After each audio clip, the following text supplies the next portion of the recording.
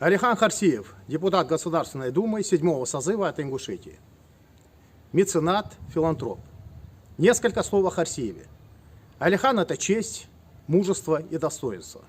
Алихан му был жбакунах и вейкамын, веймягка дал ищему бол, дал дягалы бол.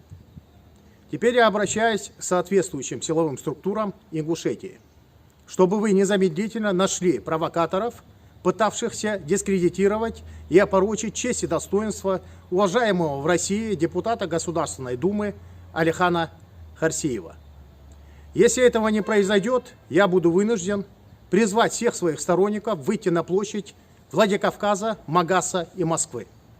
Всю ответственность за происходящее я возлагаю на вас.